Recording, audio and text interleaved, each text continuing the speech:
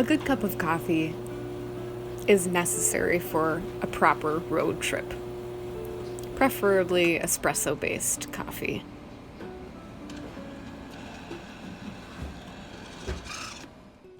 Had to stop and get a video of this scene, which I can never get sick of.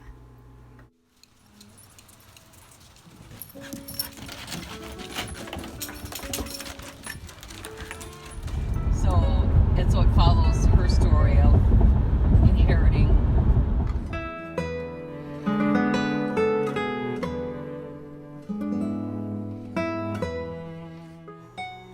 I've never been farther north in Minnesota than Duluth, I believe. I believe Duluth is more north than Brainerd or Walker. So this is definitely the farthest north in Minnesota I've ever been, and they've been Mr. Frodo. And you can tell they had a lot more snow than we did. It's just gorgeous. Just absolutely gorgeous.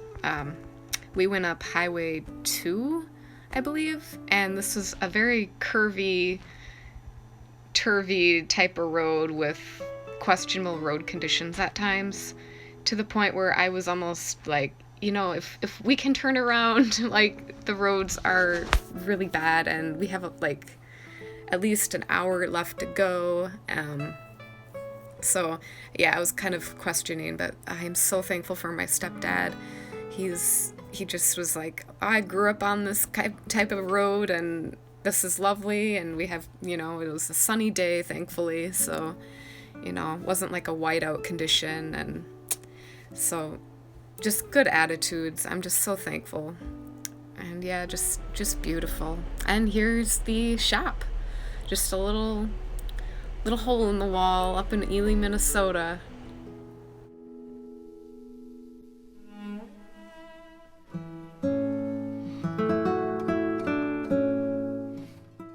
Here we have all of the kick sleds in their glory.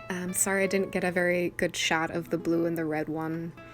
But there's a T2, which is good for heights 3 foot 3 inches to 4 foot. We have a T4, which is good for 4 foot through 5 foot 1 inches. We have the T6, which is the natural toned one, and this is the one that I bought. And that one is good for heights 5 foot 1 inch through 5 foot 7 inches. And then the T7 is greater than 5 foot 7 inches, and the T8, I believe, which is the red one, that one is good for people who are taller than 5 foot 11 inches. So when you step on these kick sleds, it almost feels like, for me, when I was standing on the natural toned one, the one that's the right height for me, it felt really comfortable. And it is a little lower, like you do kind of hunch forward a little bit.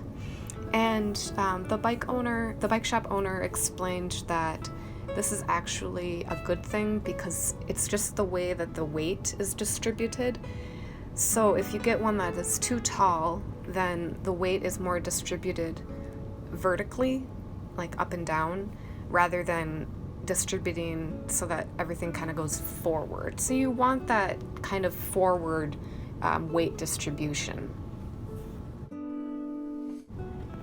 And there are other aspects of the sled that I would love to go into, and I am planning on going into, but I'd like to make a separate video for that, just to kind of go through each part of the kick sled, and just kind of explaining what everything is for, what's normal, what you can change, what you can use, just different aspects of the kick sled that I would like to go more in depth with.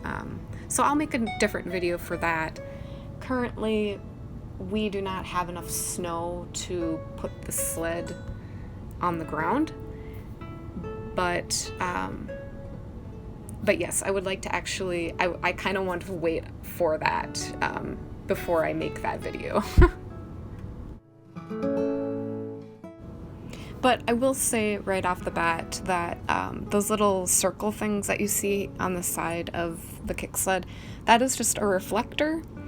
And each of the sleds has reflector tape on the front. And so I am going to be probably primarily using this kick sled as a dog sled, which is something that these can be used for. So there is an attachment that you will need in order to use it as a dog sled, and it's called a bridle attachment. So this is he did not have one in stock, but he's going to be ordering one. But this is just part of what the bridle attachment will look like. It's missing, I think, a couple pieces, but essentially it's just an attachment that goes on either side of that front brush bow. And then so it's basically like 3 clips attached to 2 ropes. And then the top of the triangle clip that attaches to the main line. So it's just a little dog sledding attachment that I will need to either obtain from the bike shop or kind of jerry rig my own. He said that, that's fine, and it would make sense to do that as well. So. And these are the completely unnecessary but completely adorable Mushing boots. So, not sure which ones I'm going to get yet, but I don't know, I'm kind of leaning toward the blue ones, the shorter ones, the gray and blue, just because then I don't know, I think they look really cute, and it's just nice to be able to have a pair of footwear that I can wear to work and then go outside and not worry about, getting cold or slipping or whatever. And because wearing the snow boots all day long, I don't know, it would just be nice to have something a little cuter for the winter. And here we have the sled in the car. It is mine. It is purchased. It is ready. So it is I think it's 7 foot complete length. So yeah, we had to, the seat actually folds down, which is again something I'm gonna show in a future video. And so we folded that down, put it on its side kind of, and that the scarf is just to prevent, because the skis were right by my head. So yeah, hazards.